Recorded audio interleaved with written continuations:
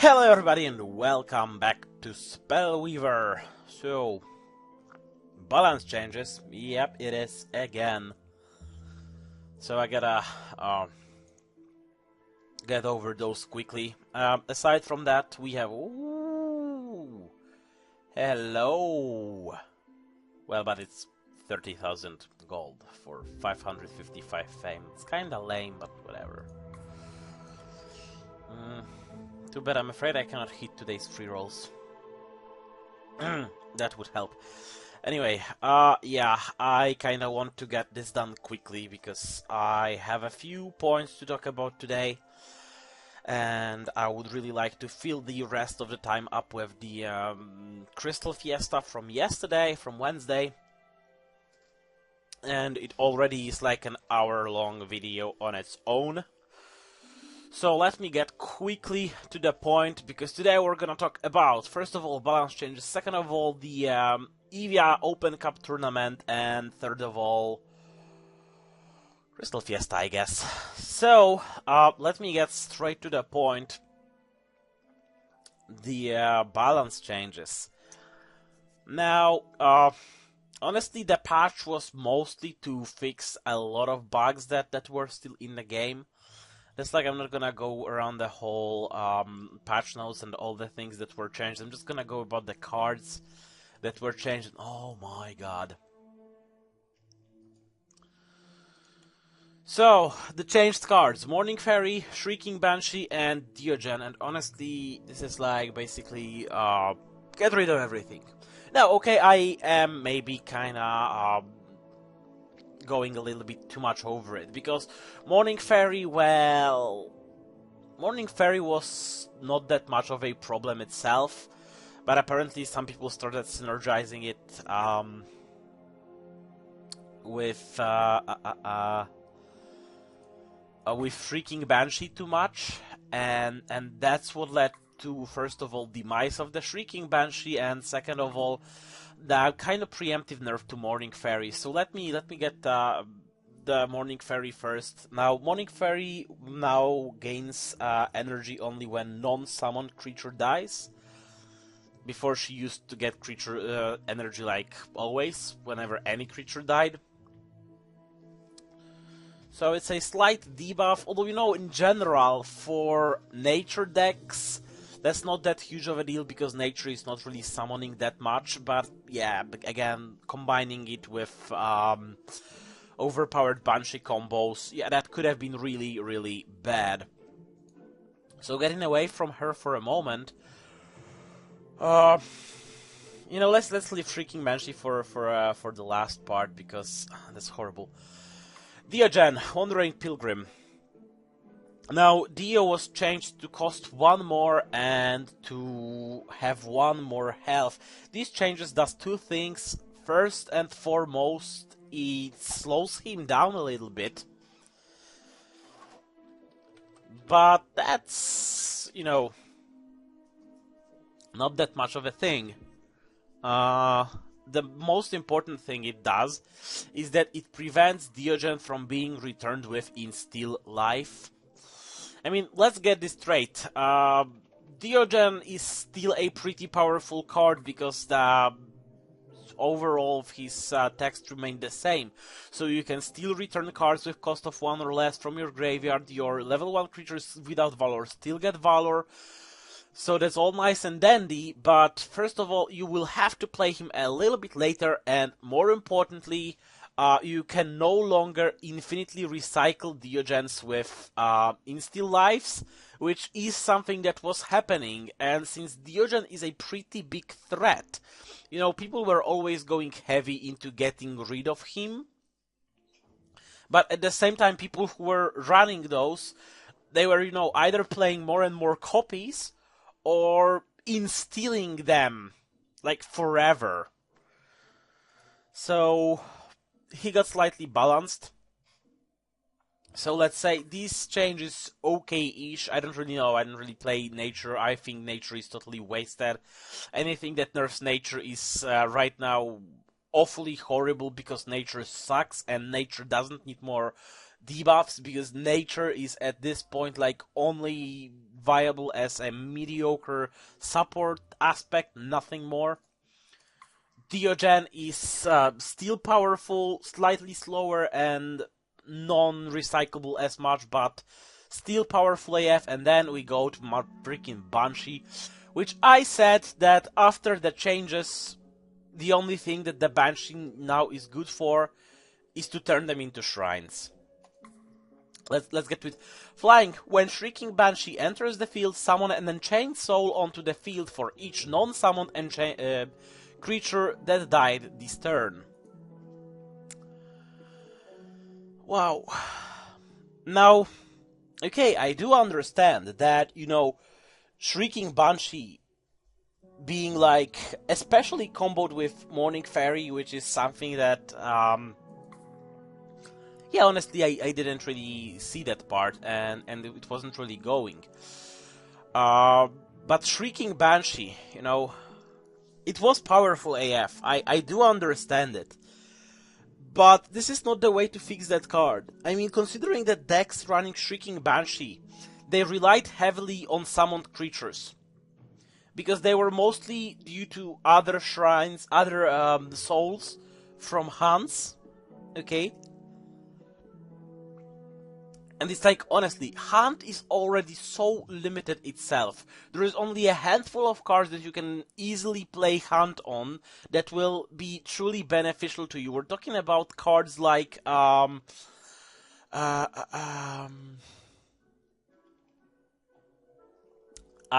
think the Massive Assault will work like that. You know, totems, not necessarily. Like, honestly, we're talking about a handful of active spells and artifacts. By active spells, I mean blessings and curses, spells that remain on the ground. Because, you know, any moment when you play the hunt on a creature is a very risky deal for a hunt, because a creature can always fall in combat. It can always be removed if you are running some stuff like Soul Prisons or Infernal Tributes. Then your opponent can get rid of the Infernal Tributes. Your opponent can get rid of the hunted creature, you know, etc, etc. So, you know, they are not that reliable. Also, your opponent can just refrain from using that creature, so you won't get your souls, etc, etc, etc. So, you know, creature is very tricky. You need to find something that ideally auto-triggers every turn, or something that you could manually trigger, so yeah, but then your opponent can run that creature to the back row. That's not good. That's not good, you know, with shamans and totems, then your opponent will have to play shamans in order to trigger the totems to trigger your hunt. Then, you know, they might opt to destroy the totems that are, you know, affected. So many possibilities where hunt is not reliable source of souls. Not reliable in a OTH meaning. So it's a problem, but it's like, even if you look at other possible combinations for decks for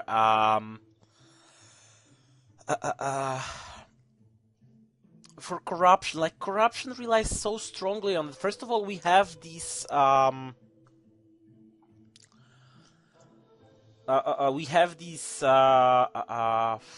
I lost the track. We have the hunts that summon you creatures, so anything you get from hunt won't cut for Banshee now.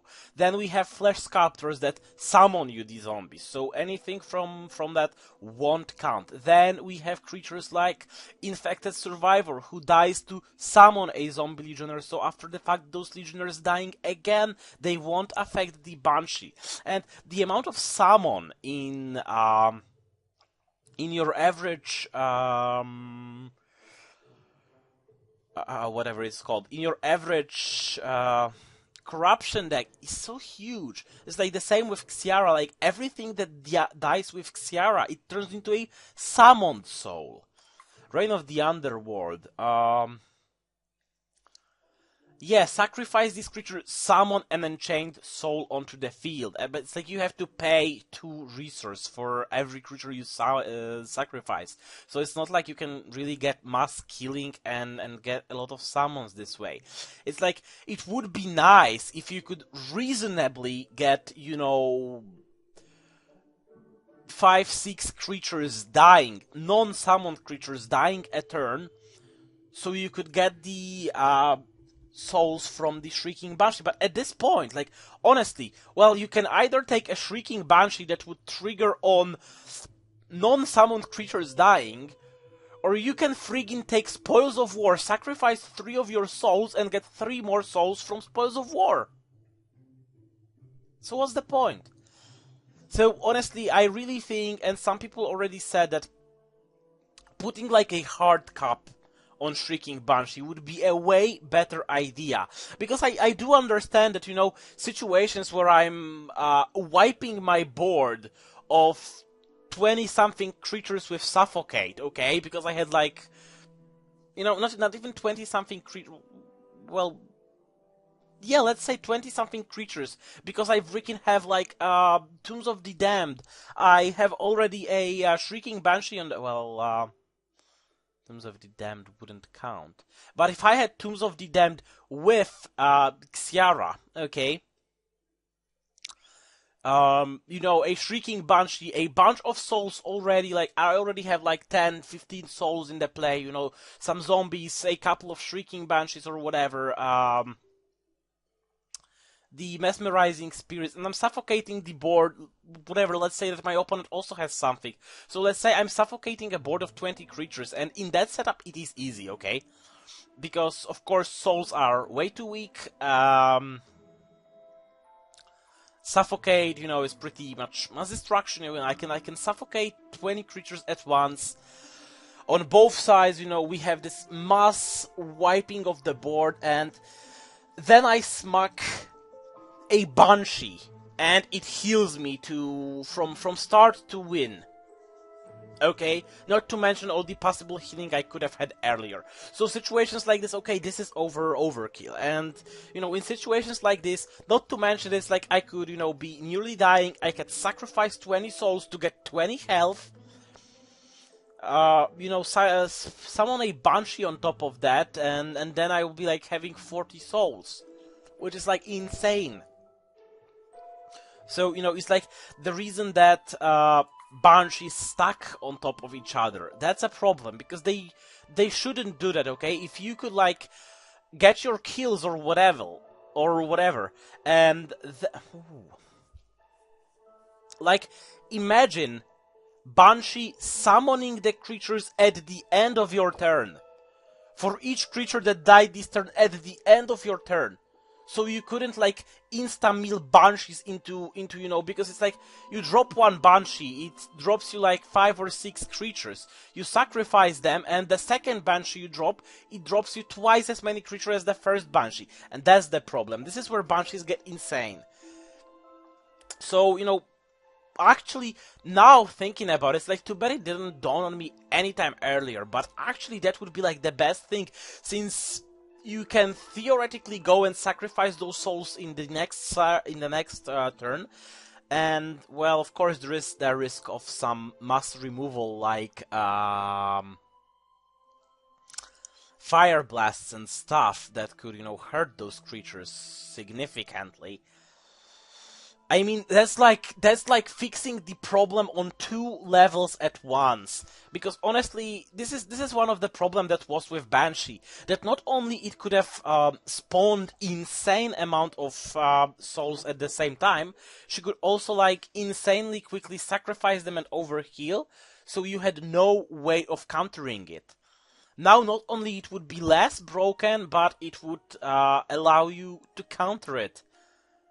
So, that's something. I mean, all the things like Kata, Snowstorm, or whatever it is called, Suffocate, Fire Blast that I said before. I'm not sure what else we have with, like, mass removal. Potentially new Detonate. Wait, no, we did detonate. So yeah, that new detonate after it gets changed, you know? There are so many choices to potentially counter it, not to mention that it also gives you this one last chance to potentially attack and maybe, well, actually no, because when you start attacking, your opponent gets to sacrificing and he wins, so that doesn't really cut it, but still, you know, it opens you at least some possibility to counter, okay? But right now, with Banshee only dealing with non-summoned creatures, yeah, I hardly think you'd be able to get more than 3 souls out of Banshee. I mean, you could, but those be rare situations and very difficult. It would either require you sacrificing a lot of your creatures, or hoping that your opponent has a lot of creatures that will die easily. I mean, it's still corruption. You can still, like, flood the board with Noxiums and Consume Spirits, although it will require insane amounts of stuff. Like, all in all, the Banshee deck is wasted, and there is nothing you can do with Banshee right now. This is how broken she is now. So I am really sad, because out of all the ways that she could have been addressed, they went for this one. No, that hurts. It's like, you know, some people were like suggesting that maybe she should trigger on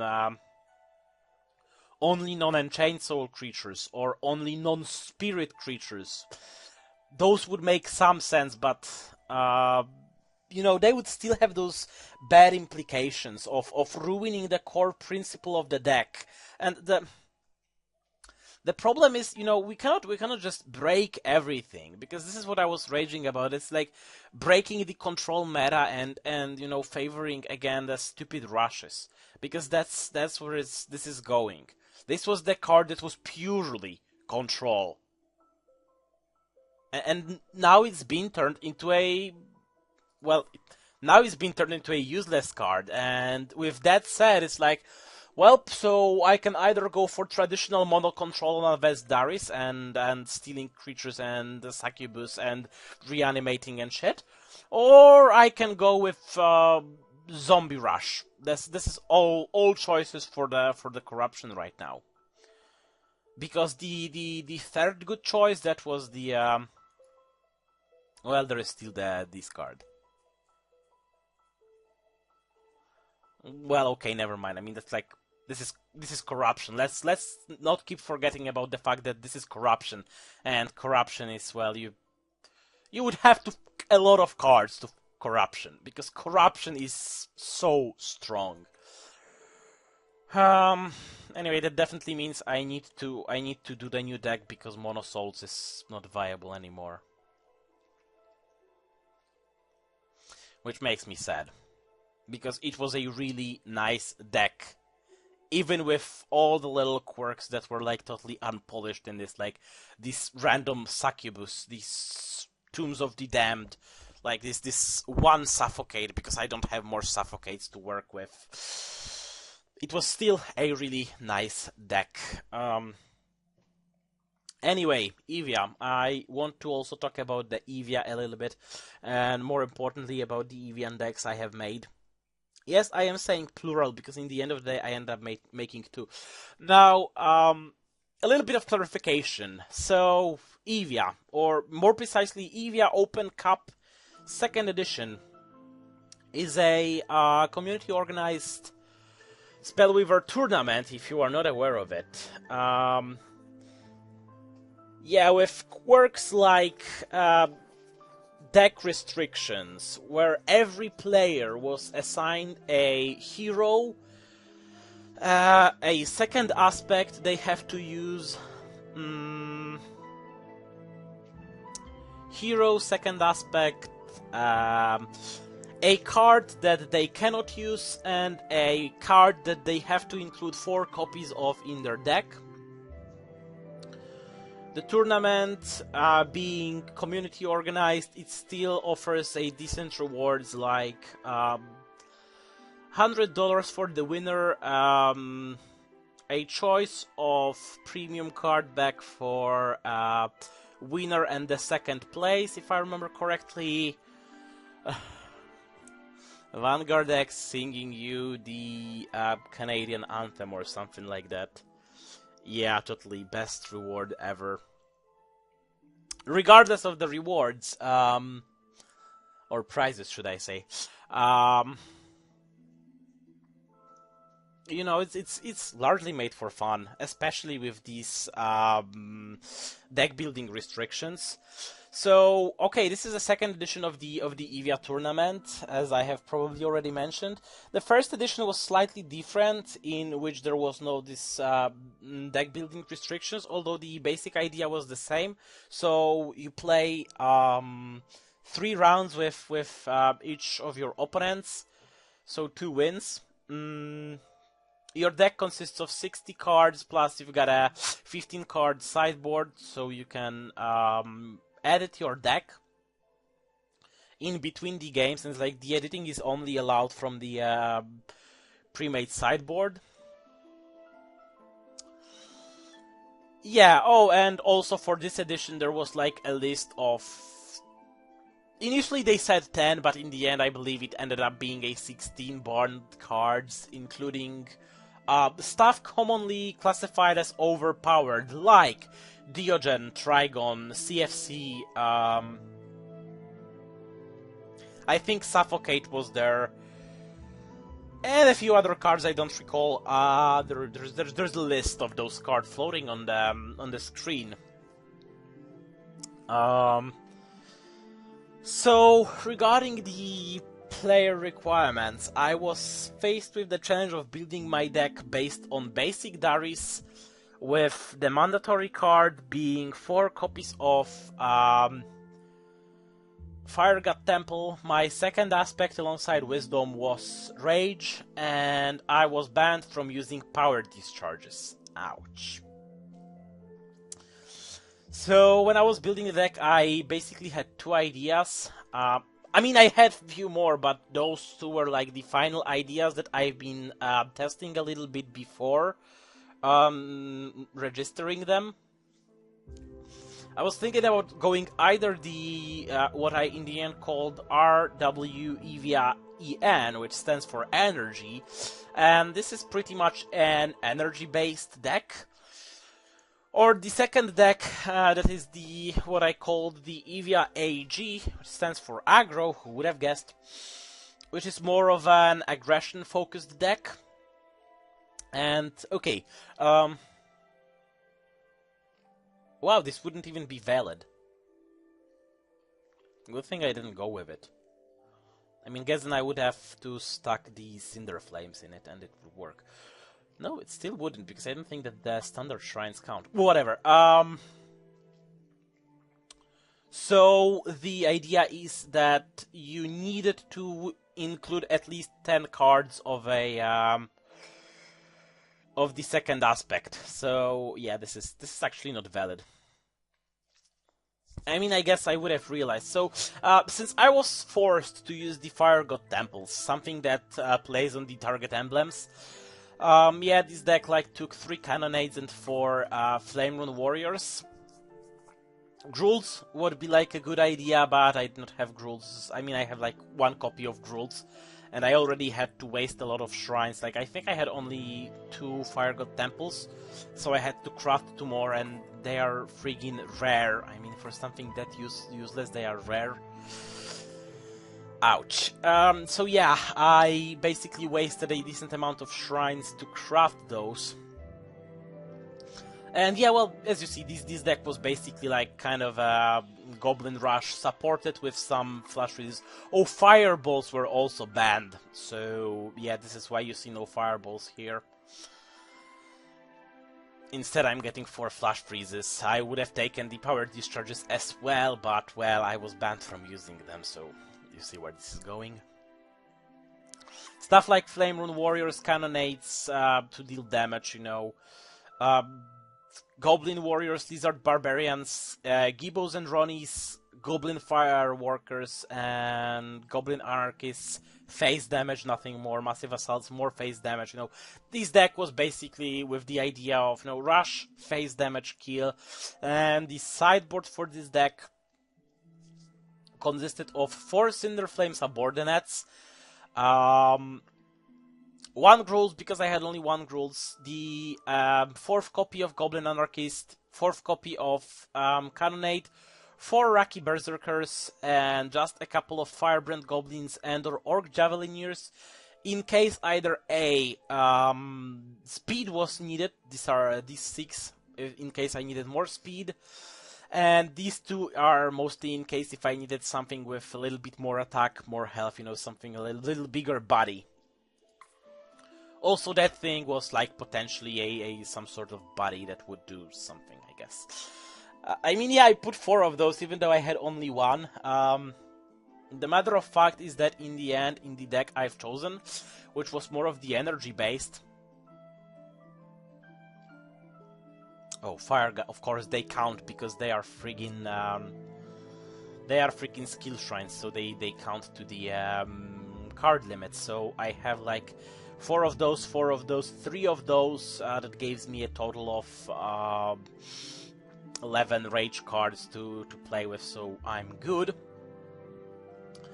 So yeah, as I said, this deck is based on energy, and in the end of the day I took it because I thought that all in all this is a little bit more fun rather than going with the stupid aggro, so I'd rather take something that is fun rather than going the lamest way possible and go full aggro and just smash it, because that would be boring and not interesting. And not valid, because, well, I guess in that case, if I had realized, I could have replaced... Oh my god, I could have done something that I did here, which, you see, even though I'm running Rage cards, I run only 4 skill shrines from Rage, and I'm not running any regular shrines from Rage. It's like, I had to use those shrines, okay? So it's not like I really wanted to use them. But then I figured, okay, if I have to run 4 of those, then, they will do all of the rage leveling I have to do with this deck. Honestly, I don't need more than 1 rage level. And it's only for 2 cards. If I have troubles drawing them, I can still rely on the Frost Elementals and Flash Freezes to, work it out. Also, Runelets, they are really nice to pump energy into and make them ultra powerful bodies. Also, they make one additional thing. What I like about this deck, in the end of the day, everything in this deck looks like a potential threat. So it seems to be really good and wasting your opponent's removal. Because, you drop a Runelet Incarnate, and it's still weak and useless, and your opponent will be like, yeah, it is useless now, but what if he drops a Force Wielder and pumps, like, a ton of energy into that guy, and then he becomes, like, insane 10-10 or 15-15 or whatever, and I cannot deal with him anymore. I'd better get rid of him quickly, although I'm wasting my Fire Blast. And, I could use it to fight multiple creatures at once. I'd better get rid of this one because it's like the only removal I have right now, and this guy can be a huge threat in the future. The same goes with Foundry Engineers. Well, this thing will spam golems if I cannot stop it, so I'd better get rid of it. I know it's alone on the lane, and, I'm wasting a very powerful mass removal spell, but I'd better get rid of it. Same goes with Force Wielders. It's like, yeah, it's a stupid Force Wielder, it's useless on its own, but if he's got the Force Wielder on the field and follows it up with the Foundry Engineers, smacks a lot of energy into Foundry Engineers and floods me with golems, I might problem dealing with these golems. Yeah, Spectral, alright, well, it is 3-3, but again he can pump energy into it, etc, etc, etc. Similar goes with Militant Automaton, it is only 2-2 with 2 speed, but, it can be cleverly boosted to wreck my creatures selectively, or, either wreck them sacrificing himself, or make even trades because he will be just getting bonus health to survive the attacks. Nasty. Also, I have 2 Lightning Elementals. I'm not 100% stoked about them, but they kinda ended up with this. I didn't really knew anything better to put in there, and they are of a moderate utility. I mean, a shock can be slightly beneficial. In the longer run, it's much more beneficial to freeze and kill or something like this, but it works. A couple of snowstorms. The reason why only a couple, because they are really expensive, and I don't really know. I don't really want to get to 2 wisdom levels with this deck too often. I mean, if I can spare 2 Thomic Laboratories to get to levels, then I could do that. But I'm already limited on the regular shrines, so I'd rather get them for draws. I mean, talking about draws, this deck is doing brilliantly about the draws. First of all, I have Darius's basic ability. Second of all, I have the lightning bolts. Then I have the astral dives, and I'm like, oh my god, this is so nice. So many situations where I was really getting crapped with the low draws, and I just ended up getting those. It's like I'm talking way too much, and as I said, I want to talk. I want to drop the Crystal Fiesta. Although, you know, with the amount of talking we've done today, I'm not sure I can smack it in. I'm not sure how long we're doing this for. Whatever. So this is the aggro side, and this is the energy side deck. So again, mostly with the side decks, I focused on filling up the remaining cards in case I need to tweak the amounts. Although, honestly, I've been testing these decks before going into the tournament and registering these decks as finished. Although I still figured out that, well, if I'd find myself needing more Astral Dives, it would be handy to have... How many Astral Dives do I have? Do I have a full set? Yes, I do. Like, for a second I thought that maybe I kept only 2, because at some point there was an idea to keep only 2 Astral Dives in the main deck. But I have 1 Astral Dive over here, 2 additional Snowstorms in case I realize that much more removal is really necessary against a certain opponent. Same reason with the Fire Blast. It's like I opted out to get rid of 1 Fire Blast because, first of all, it is kind of expensive. Second of all, more importantly, it relies on the rage level that I might have problems getting. Because I have only 4 rage shrines, I am aware of that, and I don't really want to rely that strongly on that. 4th copy of Frost Elemental, because they are really useful. I mean, with the lack of power discharge, they are really useful. 1 additional Spectral Light and 1 additional Lightning Elemental. I think these both are the 3rd copy instead of the 4th copy. But these are cards that I didn't really feel necessary to have full set of. I mean, with the lack of Fire Blast, with the lack of Fireball, Fire Blast is like a must-have in any deck running Rage. Because this is like the only other decent removal you can get. And they are very susceptible to it. Not to mention they are very susceptible to any sort of damage because they are only 1 health, so they suck. Yeah, but they have this additional bonus utility of shocking, so even though they are, you know, costly and not that strong, I figured out that some of that shocking utility might be useful for me, and I went for it. And yeah, 4 Frost Elementals. The Spectral, alright, again, not 4 of those because that's too much. It's simply too much. And I wouldn't really ever execute. It's like, I don't think I have ever executed, even in test games, more than 2 Spectral Aurites. I'm not even sure if I have ever had a game when I had 2 Spectral Aurites. Well, no, I think I had a game where I had played 2 Spectral Aurites, but it's like 1 died, and then I played the second later. It's like I definitely remember a game where I had a Spectral Aurite and it died and I had second in hand, but I DO'd it because I think, well, that's useless. I mean, that's too big of a target to really make an impact. This is like, to some extent, like all of the cards I have. Well, maybe except from the Frost Elemental, who is useless after he throws an enemy creature. All of those creatures, and maybe except from the Lightning Elemental again, but he can be, you know, dealt with by the way, to say so, because he's so weak. So all those creatures, they are so useless that no one really cares. I mean, no, wrong. They are all so potentially useful that they are all big targets to soak up removal. So it's like, if I can handle myself early on for a while and soak up as much removal as possible into my face, then I can start building up and drop a flood of engineers, force wielders, combine these two together, use the astral dives, use the atomic labs to get a lot of golems, and with a little bit of luck my opponent will be already out of removal because he spent it dealing with big creatures that I don't really care about that much.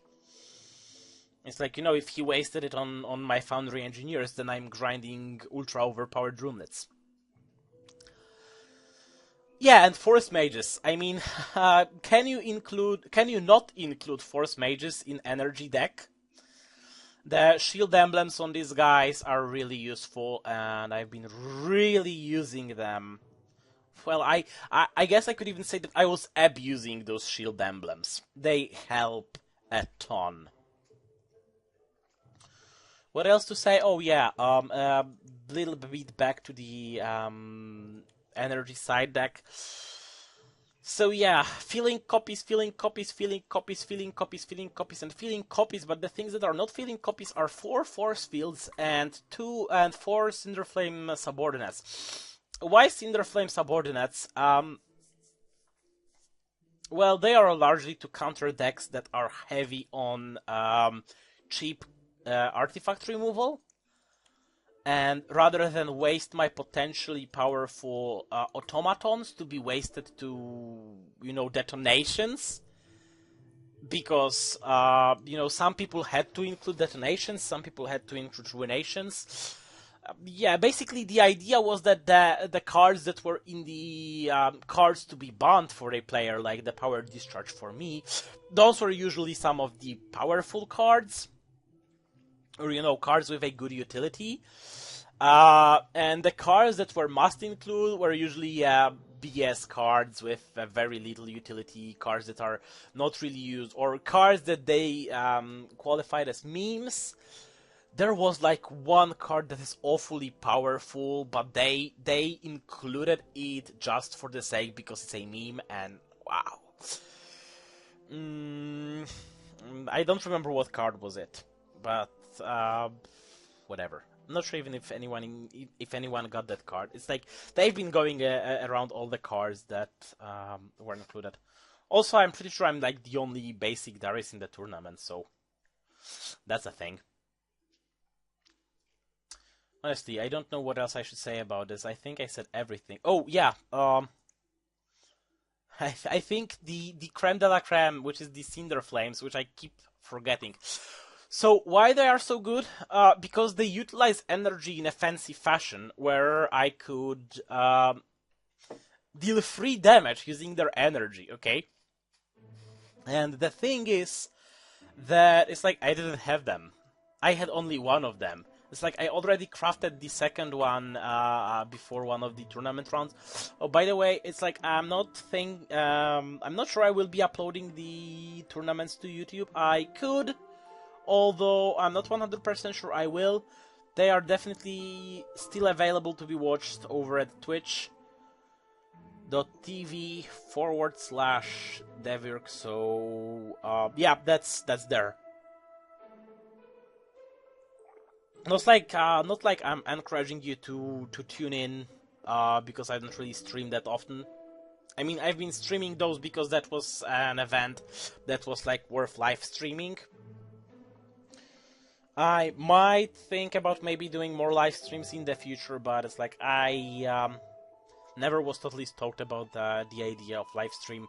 Maybe I could do a live stream talking about why I'm personally not a huge fan of live streams. That would be great. Yeah, but basically they are yet another way to soak up energy. And they are very versatile, and since I have a lot of cards that can They'll give free energy. I thought that they are also a good addition potentially. And the force field is kind of a weird thing. It's like basically I thought that I pretty much like the deck the way it is right now.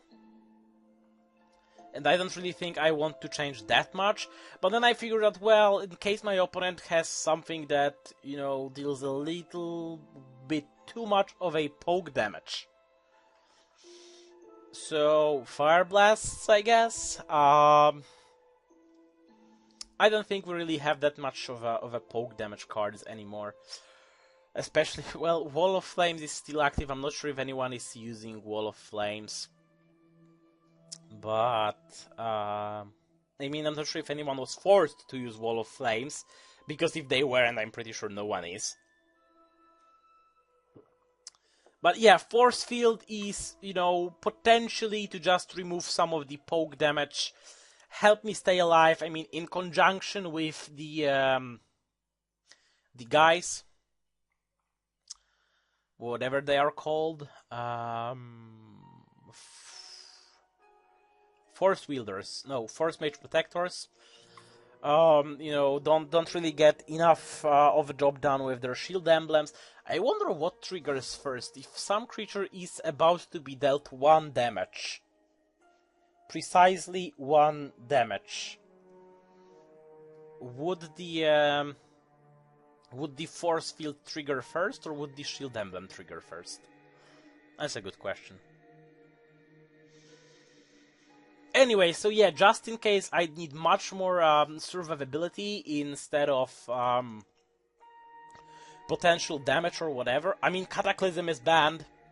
Just a heads up. I mean, I gave you the list. I mean, I will paste the list somewhere in there. But yeah, I guess that's it. Honestly, I have no idea how long it took. I think it took longer than I really wanted it to be. So I guess I will just fill it up with some of the either Last Crystal Fiesta duel or maybe some tests with the Evian decks. I don't know. Oh, also, one thing I forgot to mention, that in the patch that broke the Shrieking Banshee, Spellweaver Chronicles campaign was Child of the Holy Child was reduced to 600 crystals for the basic campaign, and now I am really deeply thinking about buying the standalone version. Although, considering that I'm not that far from the Ultimate Justice pack, might get it. Although still, it's like mostly 2 good boxes. And it's like mere 15% discount. I'm pretty sure the discount was bigger before, because the price remained the same, but the price of the Light Adventure pack was bigger, so the discount was bigger. Not 100% sure of this, but I think that's what happened. Yeah.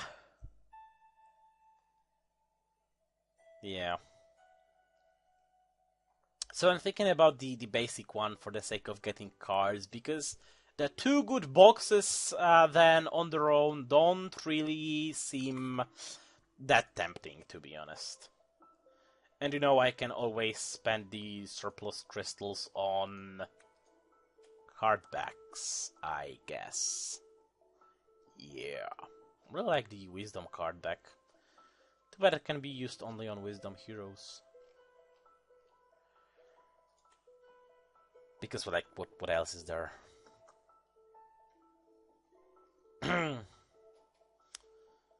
All 12 card backs, 12 normal packs, 12 tickets, 1 hero pack weekly. I guess. Oh, I've gotten Coronis. Have I mentioned it? I think it happened between the last video and whatever. So I've got Coronis from leveling up. Yay. Look at all these packs. Yeah. You know it's coming. The earth shakes. You hear it knocking like hell at the gates. You cannot help it, you let go. We'll have a grand unboxing soon. Anyway, so yeah, I guess I'll smack the outro here. I'll tell you to like the video, share, subscribe and stuff, and if it's not overly long, I think I'll take some clips and try to fill it to be about an hour long video from some Crystal Fiesta games or whatever. I mean, I think I talked way too much already. I'm not sure, but we might be nearing like half an hour or whatever, or even breaching half an hour or whatever, and that is bad. And